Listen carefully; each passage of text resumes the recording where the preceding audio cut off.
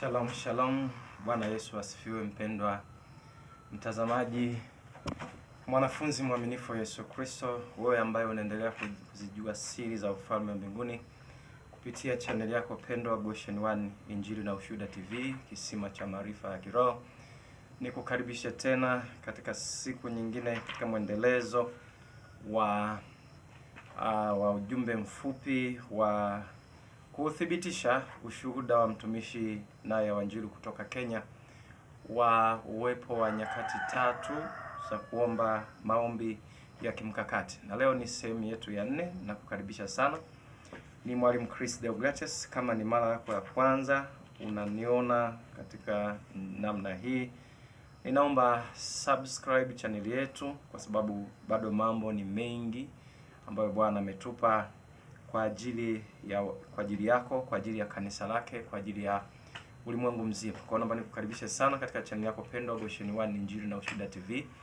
Ziko channel nyingine za upuuzi, nyingine za michezo, lakini kwa wao wanaopenda kujifunza habari za kweli, neno, injili isiyogoshiwa, injili ya utakatifu ambayo inaandaa kanisa kwa ajili ya kumlaki Bwana Yesu mawinguni, basi ninakusi subscribe channel na ufanye iwe channel yako ya kujifunza. Kadiri Bwana anavyotupa ujumbe, twende pamoja tujifunze pamoja. Nikukaribishe sana katika channel, na leo tunaangalia sehemu yetu ya 4. Tunajaribu kuthibitisha ushuhuda wa mtumishi naye wa Injili kutoka Kenya wa kuwepo kwa hizo nyakati. Lakini leo tutaangalia mara ya mwisho tuliangalia Biblia inasema nini kuhusu uwepo wa hizo nyakati. Tukajifunza kwamba Biblia inaonyesha usiku wa manane na imethibitisha. Lakini leo tutaangalia Biblia, kama katika Biblia, je, kuna viongozi au wale watu wote katika Biblia, aidha mitume wa Yesu au Yesu mwenyewe aliyewahi kufanya maombi ya usiku wa manane? Kwa hiyo tutathibitisha ushuhuda kwa kuangalia hicho kipengele. Kwa hiyo nikukaribisha sana. Nitaomba kwa ajili ya Roho Mtakatifu aweze kutuongoza. Baba, tunakushukuru kwa ajili ya saa hii tena. Umetupa kibali tuendelee kuzijua siri za ufalme wako na kanuni za kuingia. Niko mbele zako, mbele ya watazamaji na wanafunzi waaminifu ambao Bwana umewaita kwa njia hii ili wapate kujengwa na kupokea maarifa ya kiroho, ili wasipungukiwe maarifa kuingia kwako Bwana. Asante Mwokozi, asante Jemedari. Tunajikabidhi mikononi mwako. Fundisha, fungua fahamu zetu, akili zetu, neno lako likapate kueleweka na kukaa ndani yetu. Asante Mwokozi, maana hautatupungukia. Amen. Sasa leo tutaangalia katika Biblia, tuone kwa kipindi kimoja labda maombi ya usiku wa manane. Maombi ya usiku wa manane tulisoma, wale ambao pengine ndio mara ya kwanza tunaonana kwa namna hii, tulipozungumza habari ya maombi ya usiku wa manane, tuliona katika kitabu cha Maombolezo sura ya 2 mstari ule wa 18. Biblia inatuambia, mioyo yao wamliliao Bwana, ukuta wa Yerusalemu, au mioyo yako na imlilie Bwana. Moyo wako na umlilie Bwana, wewe ambaye unamtafuta Bwana. Lakini sehemu nyingine nasema Isaya 62, imeweka walinzi juu ya kuta zako ya Yerusalemu, hao hawanyamazi usiku wala mchana. Kwa hiyo waombaji wako wa aina nyingi. Wako Yesu mwenyewe analiombea kanisa, malaika pia wanawalinda wateule, lakini pia katikati ya kanisa wako watu ambao Mungu amewapa jukumu la kuomba hata kama hawajui, lakini wanaomba, wanakesha usiku na mchana. Ndio maana anasema muwastahi, kwa maana wanakesha kwa ajili ya roho zenu. Kwa hiyo anazidi kuagiza kwamba wako hawa watu ambao hawalali usiku na mchana wanaomba. Na hata ukisoma pia Zaburi ya 119 mstari wa 62, anasema katikati ya usiku nitaamka nikushukuru kwa sababu ya hukumu zako za haki. Kwa hiyo ukisoma hiyo Maombolezo 2:18 vizuri, anasema mioyo yao imlilia Bwana, ukuta wa binti Sayuni, machozi na yachuruzike kama mto mchana na usiku, usijipatie kupumzika, mboni ya jicho lako isikome, Inuka ulalamike usiku, mwanzo wa makesha yake. Mimina moyo wako kama maji usoni pa Bwana. Umuinulie mikono yako kwa uhai wa watoto wako wachanga wazimiao kwa njaa. Kwa hiyo tunaona Biblia inatusisitiza kwa habari ya kuamka usiku wa manane na kuomba mbele za Bwana. Na tukaendelea, lakini leo tutaangalia kwa sababu Biblia inatuambia tukisoma kitabu cha Wakorinto sura ya 2 mstari wa 20 na Waefeso 2:20 nasema imani yetu imejengwa juu ya imani katika msingi wa ile imani ya mitume na manabii. Kwa hiyo tunaangalia waanzilishi wetu katika imani ya Ukristo. Je, waliomba maombi katika nyakati hizo? Kwa leo tutaangalia wakati wa usiku. Tutaangalia kama kulikuwa na waanzilishi ambao walikuwa na desturi ya kuomba usiku wa manane. Katika Biblia haipungukiwi neno. Tukisoma katika Biblia tutaangalia, tukisoma katika kitabu cha tutasoma kitabu cha Luka sura ile ya 6 mstari wa 12. Hapa tunaona kiongozi wetu mkuu Yesu Kristo aliomba usiku wa manane, alikesha kuomba. Lakini ukisoma Ibrania sura ya 5 inaonesha maisha yake yote Yesu yalikuwa ni maombi. Kwa hata ukisoma katika Biblia utakuta alikuwa na muda alfajiri lazima atokee kwenye maombi, ndipo anaenda kwenye huduma. Alasiri au mchana pia alienda kwenye maombi, akarudi kwenye huduma.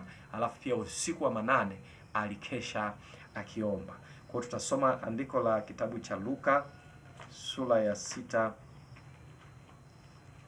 Luka sura yake ya 6 kuanzia ule mstari wa 12. Tuangalie tabia za kiongozi wetu mkuu Yesu Kristo mwenyewe, ambayo Biblia inasema tujifunze kutoka kwake. Nasema jifunzeni kutoka kwangu, maana mimi ni mpole na ni mnyenyekevu wa moyo. Luka sura ya 6 ikianza kusoma ule mstari wake wa 12, anasema ikawa siku zile aliondoka akaenda mlimani ili kuomba, akakesha usiku kucha katika kumwomba Mungu. Inatosha. Biblia inathibitisha kwamba Bwana Yesu alikuwa anaenda kufanya maombi ya kesha. Na hata tulisoma juzi pia Yohana sura ile ya 18. Sasa hapa Biblia inasema kabisa kwamba ilikuwa ni desturi yake kuomba. Ndio maana hata Yuda akajua mida hii Bwana wake atakuwa kwenye bustani za Gethsemane.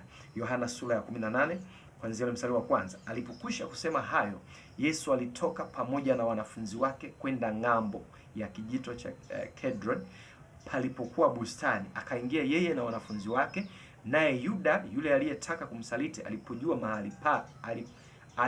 mahali pale, kwa sababu Yesu alikuwa akienda huko mara nyingi pamoja na wanafunzi wake. Basi Yuda akiisha kupokea kikosi cha askari na watumishi waliotoka kwa wakuu wa makuhani na Mafarisayo, akaenda huko na taa na mienge na silaha. Ndio maana tukasema kama alienda na taa au leo tuite tochi, ina maana kulikuwa na nini? Kulikuwa na giza. Kwa hiyo ilikuwa ni usiku. Basi Yesu hali ikijua yote yatakayompata, akatokea akawaambia, ni nani mnayemtafuta?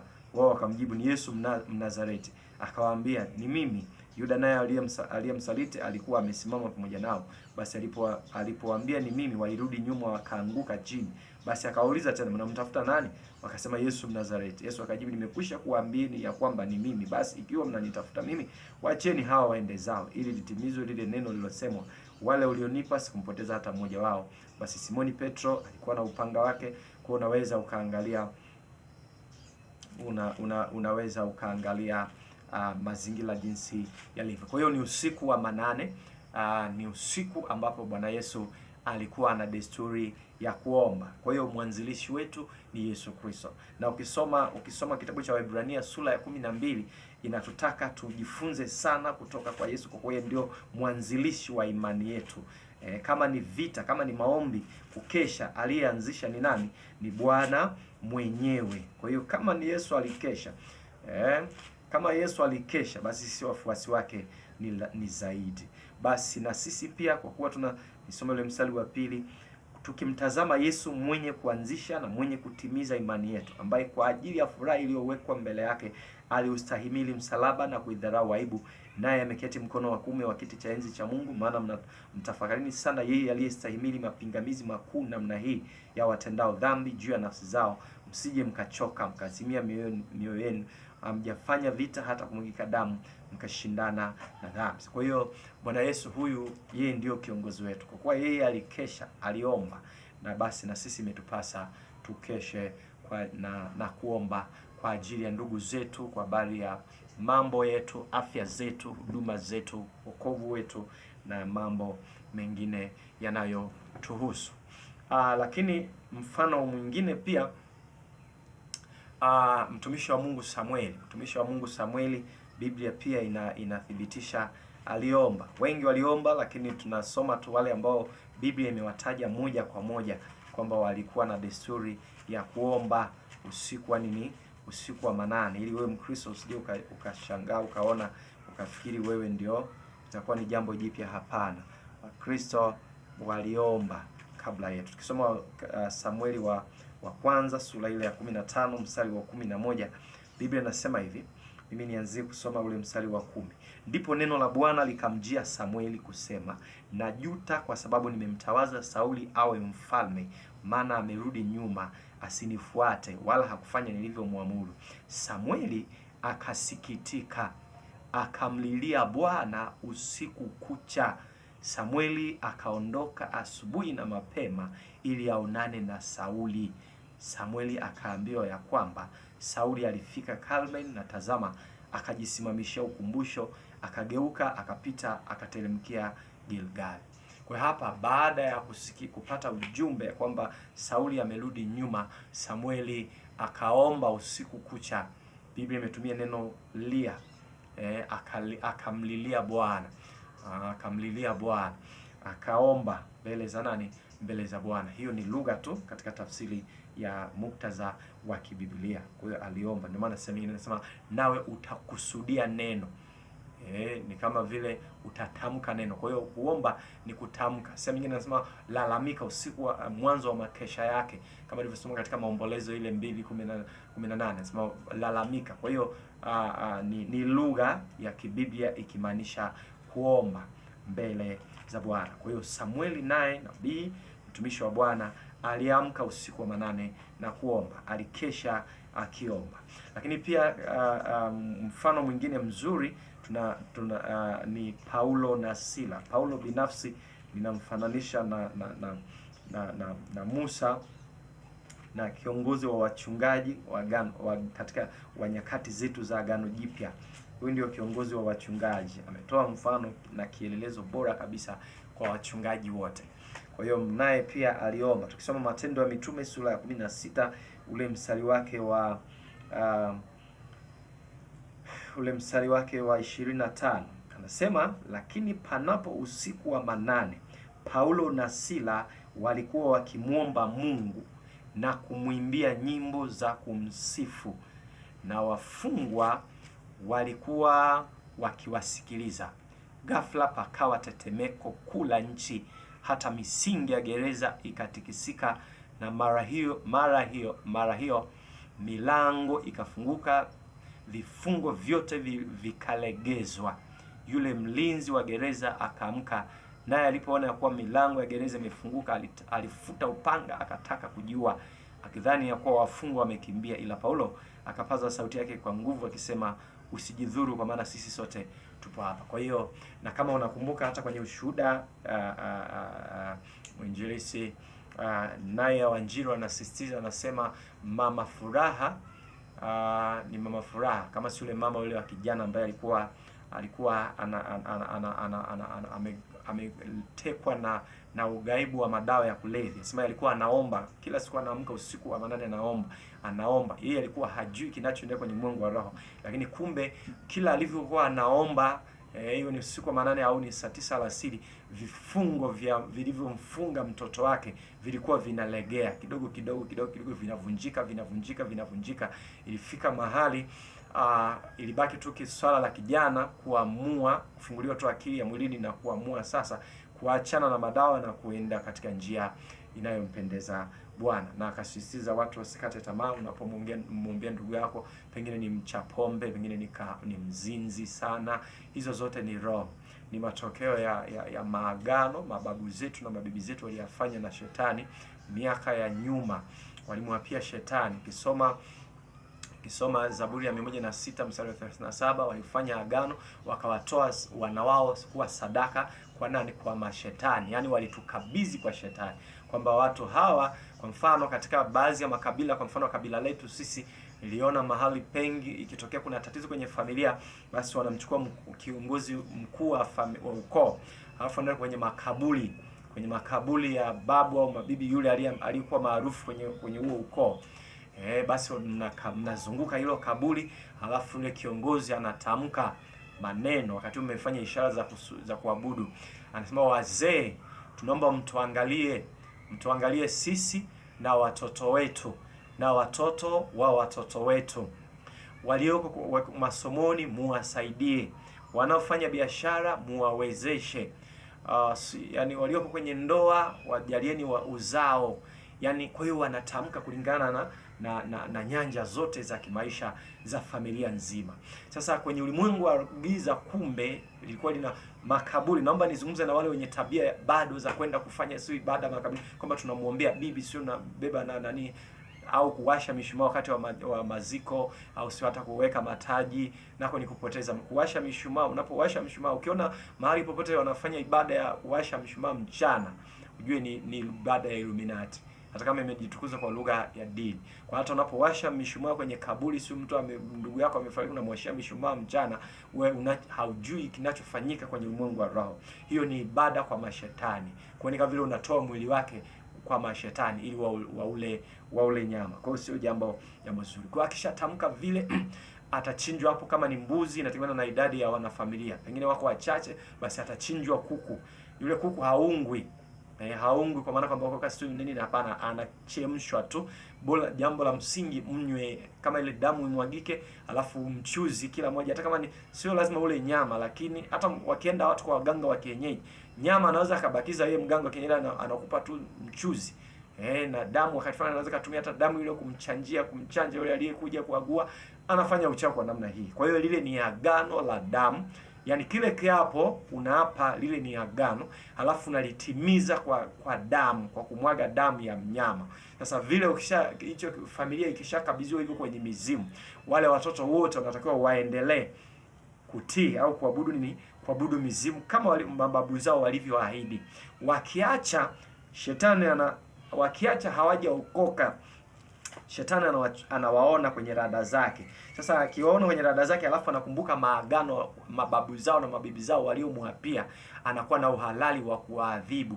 Sasa anawaadhibu kwa njia mbalimbali. Wengine familia nzima anaweza akafunga kwamba wasio wanapata watoto, au wasiolewe, au waolewe lakini wawe wanaachika. Familia nyingine utakuta wanakiolewa tu mwaka wamesharudi, wamejazana hapo kwa wazazi, hamna kinachoendelea. Au wengine wasiendelee, kwa maana kwamba niliwahi kujua na mwanafunzi mmoja akawa atanisame kama atakutana hii video, anaitwa Besta.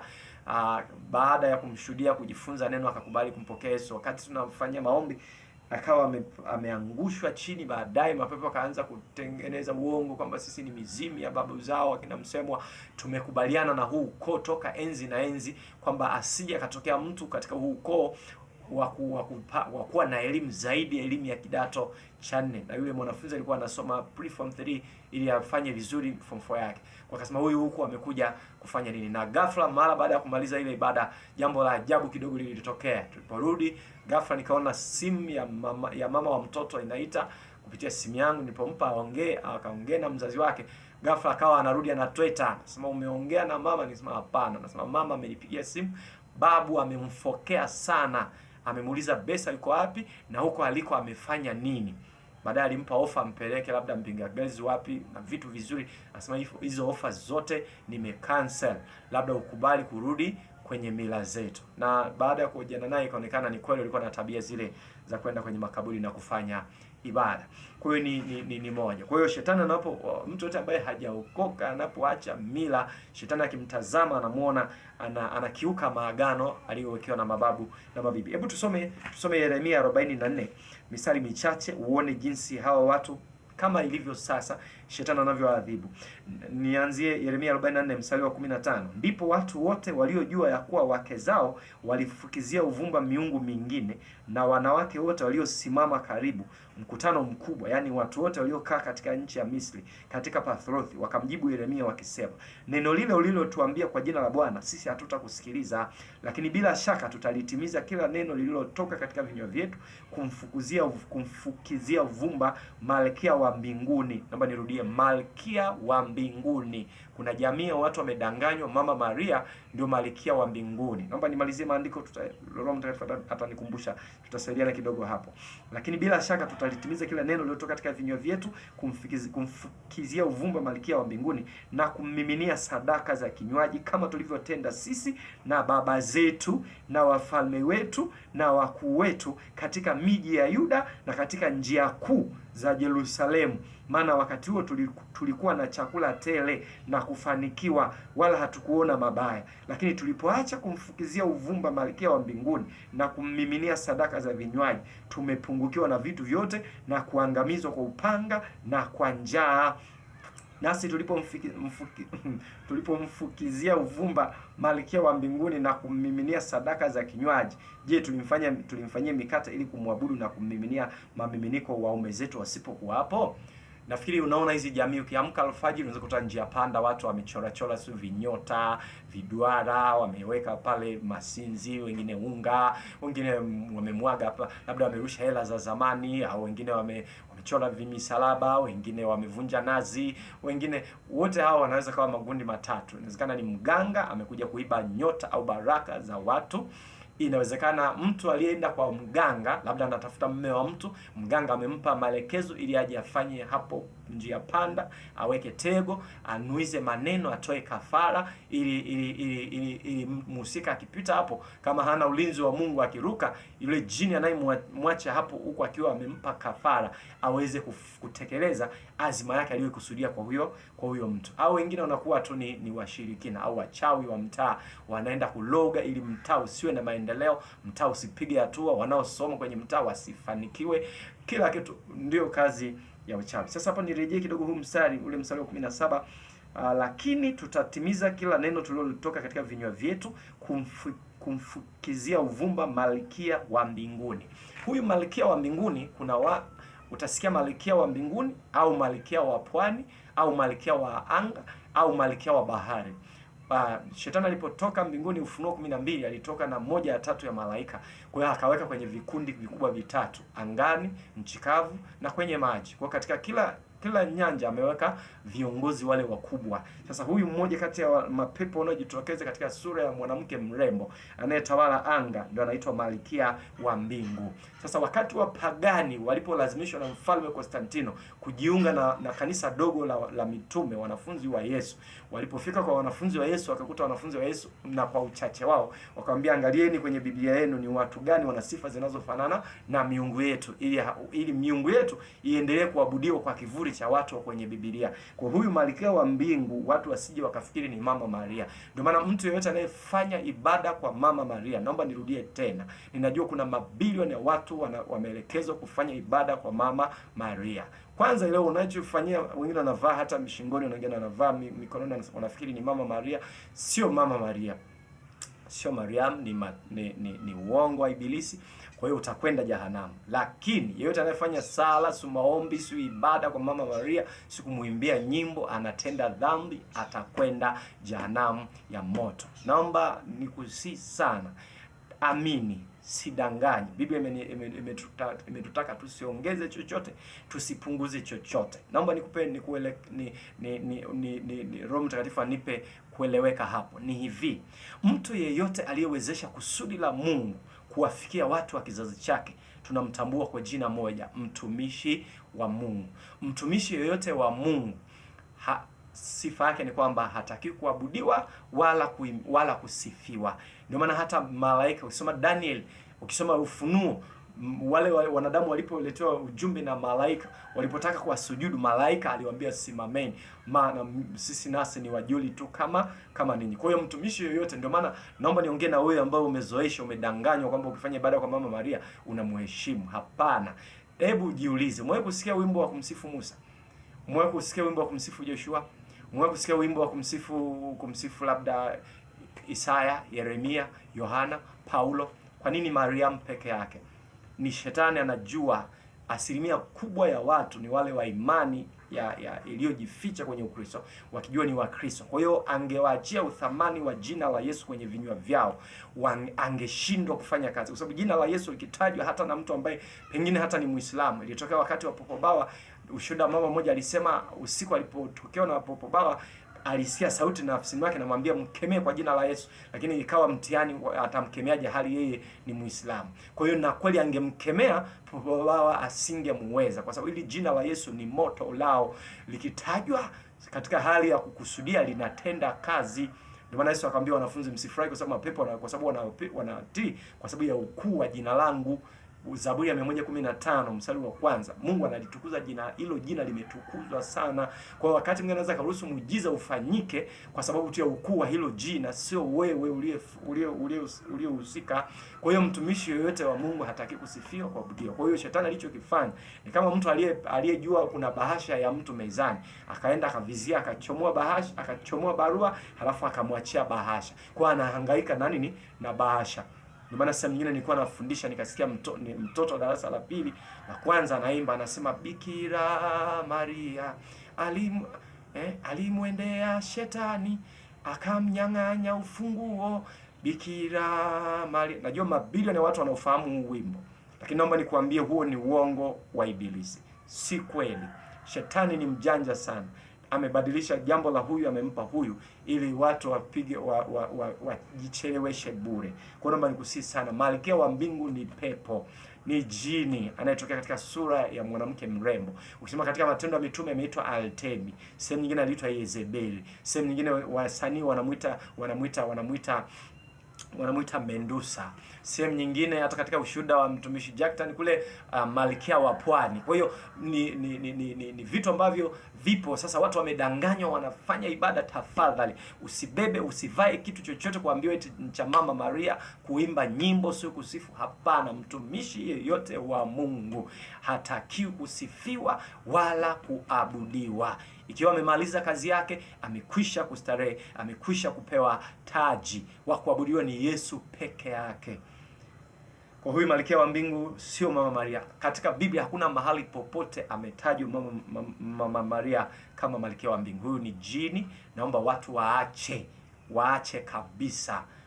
Na yamkini unatamani kumpokea Yesu, usisite kupitia comments kokote uliko, umpokee Yesu sasa. Dini, angalia kama unapotezwa. Isaya 9:16, watu wanakuongoza katika uongo. Unasubiri nini? Unangoja kuchoma moto? Tumalizie kanisa la imani yetu imejengwa katika msingi wa imani ya mitume na manabii. Kanisa la kwanza la mitume na wenyewe walikuwa na desturi ya kuomba wakati wa usiku? Ndio. Tukisoma Matendo ya Mitume sura ya 12 inaweka wazi kabisa kwamba wanafunzi wa Yesu pia, yani kanisa la kwanza, walifanyaje? Waliomba. Matendo ya Mitume sura yake ya 12, tutasoma ule mstari wa kwanza, sura ya 12 kuanzia mstari wa kwanza.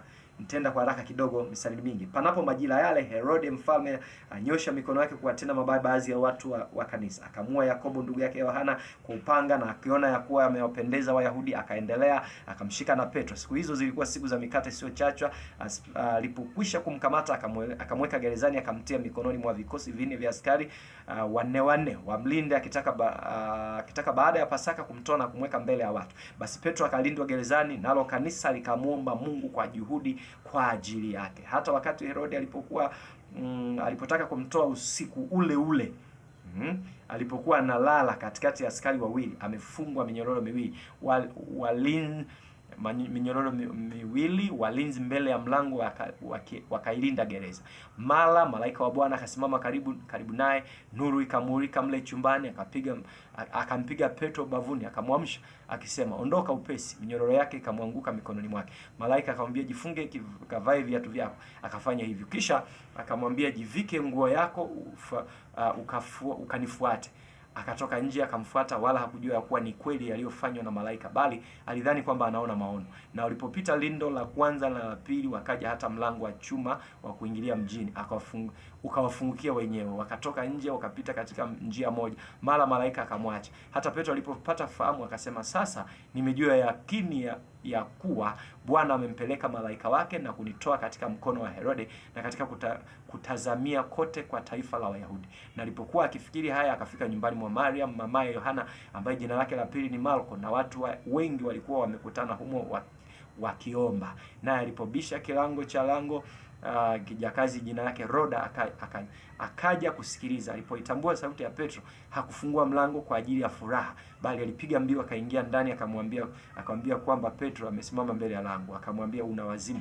Lakini yeye akatazama sana, akasema kwamba ndivyo hivyo. Akanena, ni malaika wake. Petro akafululiza kugonga, hata walipokwisha kumfungulia wakamwona, wakastaajabu. Naye akawapungia mkono wanyamaze, akawaeleza jinsi Bwana alivyomtoa gerezani. Akasema, kampasheni Yakobo na wale ndugu habari hizi. Akaondoka akaenda mahali. Hata kulipopambazuka, askari wakaingiwa na fadhaa nyingi, imekuwaje Petro? Kwa hiyo kulipopambazuka, kwa hiyo mambo haya kanisa liliomba usiku. Kwa hiyo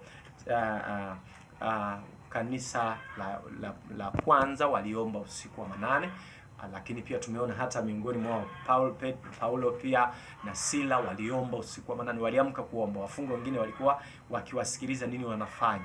Lakini pia tumeona mtumishi Samueli, tumeona Bwana Yesu mwenyewe na watumishi wengine wengi. Tufunza katika vipengele vingine, tutaangalia habari za kina Danieli, nao pia walikuwa na hizo desturi, akina Petro katika Matendo ya Mitume. Kwa hiyo ni wanafunzi wote. Kwa hiyo ikiwa Bwana wetu Yesu Kristo alikesha na kuomba na wanafunzi kanisa la kwanza na baadhi ya watumishi Agano la Kale na Agano Jipya, basi hata Mkristo wa leo amka usiku, kama vile kitabu cha Maombolezo sura ya 18 kinavyotusia, amka usiku wa manane wakati wa makesha yake, omba mbele za Bwana. Nikukaribishe sana Mwalimu Chris Deogrates. Channel yako inaitwa Question 1 Injili na Ushuhuda TV. Pengine unatamani kumpokea Yesu popote ulipo, tunakukaribisha sana. Kwa njia ya comments unaweza tukawasiliana. Lakini pia kuna mwingine amkini amesikia mafundisho ya utakatifu na natamani atoke kwenye wokovu wa bandia. Tunaposema wokovu wa bandia ni ule wokovu ambao shetani amewacha wanadamu, kwamba anajua mtu yote anayevaa hereni, anayejipodoa, anayetembea au aliabudu kwenye kanisa ambalo mchungaji ni mwanamke haingii mbinguni. Kwa hiyo shetani hazui watu wasiende makanisani. Akamwambia acha waende makanisani, lakini vitu vyangu wasiviache, ili wao wajifariji kwamba wameokoka, wanaenda mbinguni. Kumbe kwa sababu ya hereni atawashtaki. Ukisoma hata Isaya 35 mstari wa 8, anasema katika ule mji, katika ile barabara kuu, barabara ya utakatifu, hakuna aliyejinajisi atakayeingia. Ezekieli 19 Ezekieli 7 kuanzia ule mstari wa 19, anasema tazama hawataingia. Siku ile watakapotokea katika ile barabara, utagundua kwamba hereni ni machukizo. Utajaribu kutoa hereni zako na kuzitupa, lakini utakuwa umechelewa sana. Ukisoma tena Isaya sura 3 kuanzia mstari wa 16, ukisoma Kutoka 33 mstari kuanzia wa kwanza, ukisoma Mwanzo 35, yote hayo yanakataza kabisa wanawake kujipamba. Kwa hiyo ukiingia katika kanisa lolote ambalo Yezebeli ameruhusiwa, ujue hata wewe. Ndio maana Wakorintho 6:14 anasema usifungiwe nira pamoja na mtu asiyeamini. Usiseme mimi nimeokoka. Kuokoka ni kutii neno. Kuokoka sio kuhalalisha dhambi, la hasha. Kwa hiyo mtu ambaye amemwamini Yesu, amempenda Yesu, analitii neno. Hili ndilo neno lililokataza wanawake wasijipambe kwa mwili. Kwa kwanza wa Petro 3 kuanzia mstari wa 5, kujipamba kwenu sio kujipamba kwa nje, sio kusuka nywele. Mchungaji wamehalalisha, sema hamna, kusuka nywele zako sio shida. Hapana, kusuka nywele Biblia imekataza. Iwe ni nywele mawigi, iwe ni rasta, ziwe sio ni nywele za aina gani, Biblia imesema kujipamba kwenu kusiwe kwa nje. Kwa hiyo Mkristo anaenda mbinguni ni yule tu anayejipamba kwa ndani, upendo, ukarimu, kiasi, utii mbele za Bwana. Utii wenyewe ni pamoja na kutojipamba kama dunia inavyotaka. Kwa hiyo ukiona hivyo, maana ni wokovu wa bandia. Kwa unataka kukimbia kwenye wokovu wa bandia, popote ulipo ndani au nje ya nchi ya Tanzania, tunakukaribisha sana. Kupitia comments tutakufikia. Bahati nzuri tayari makanisa kanisa takatifu la Uamsho liko sehemu nyingi sasa. Tunakukaribisha sana, na hata ubatizo pia ni jambo la msingi sana. Kwa hiyo ubatizo unataka kubatizwa ni ubatizo wa kweli. Ubatizo wa kweli ni ule ulionenwa na Yohana katika Mathayo sura ya 3. Watu wasikie Injili, waamini, watubu dhambi, wampokee Yesu, alafu abatizwe kwenye maji hai. Maji hai maana yake ni maji yanayotembea kwenye chanzo chake, sio kwenye visima vya kusakafia. Baadhi ya makanisa shetani alipoona wamekimbia ubatizo wa vikombe, akafanisha kuingiza ubatizo wa visima. Sio, na wenyewe ni ubatizo wa kuzimu. Utapigwa chapa alama 666, utapiga kelele za sifa, utashangilia, lakini siku utakapokufa atakudai kwa kuwa una chata yake, una alama yake. Alafu pia ubatizwe kwa jina la Yesu, sio kwa jina la Baba na la Mwana na la Roho Mtakatifu, la hasha. Ukisoma Matendo ya Mitume sura ya 2 mstari wa 37, Matendo ya Mitume 19, karibia zote, hakuna mahali popote kanisa la kwanza la mitume walibatiza kwa jina la Baba na la Mwana na la Roho Mtakatifu. Kwa jina la Baba na Mwana na Roho Mtakatifu ni vyeo vya Mungu wetu, ni afisi za utendaji kazi wa Mungu, sio jina. Ndio maana hata sisi unapokemea mapepo uweze kusema ninakukemea kwa jina la Mungu, ninakukemea kwa jina la Baba. Hapana, hilo sio jina, hiyo ni hadhi, ni heshima, ni utendaji, ni nafasi. Kama Yesu Kristo alihudumu kama baba, anaitwa Baba wa milele. Kwenye Isaya anasema tumepewa mtoto mwanaume, Mungu wa milele, mfalme, yani anaitwa hivyo. Kwa hiyo aliponyenyekea anapewa sifa ya utoto, sio mwana. Wengine wanatengeneza vinyago alafu nasema amezaliwa, anaenda kutoa vimia ngapi, 500, wanasema eti kumnunulia pampers. Hapana, ni ile tu kuvaa mwili na tuchukuliane na sisi. Lakini hayo mambo hayakuanzia hapo. Kwa hiyo acha matusi, acha kumkejeli Yesu. Lakini pia mengi nikukaribisha sana, video yetu isiwe ndefu sana. Katika video nyingine tutazungumza kwa kina. Bwana kubariki. Hakikisha una subscribe. Lakini jambo la msingi tunatamani huo ushuhuda wa mtumishi ni mzuri, unajenga sana. Wakristo wengi wamenasa. Maombi yetu wengi alikuwa tunatumia nguvu nyingi, lakini sasa kwa sababu Bwana amemtumia mwinjilisi naye wa Injili kutoa hizo siri, tunatamani ujumbe uwafikie Wakristo wote kila mahali. Kwa unaweza ukashare, najua hakuna asiye na rafiki. Kwa share kwa marafiki zako wote, share kwa wazazi wako, sio watu wafanyakazi wenzako, sio ni vijana wenzako, wale ambao unafikiri wanatamani kuzijua njia za kweli. Bwana kubariki. Usiache kusubscribe, like, comment. Kama una maswali, pengine una ushuhuda, popote ulipo, ushuhuda wa kweli, si ushuhuda wa kubuni, tunakukaribisha sana. Popote ulipo tunaweza tukakufikia, au pengine unaweza ukawa ni jirani na sisi. Bwana kubariki. Karibu tulijenge kanisa la Bwana pamoja. Shalom shalom. Mwalimu Chris Deogratias na kukaribisha tena katika mwendelezo. Karibu.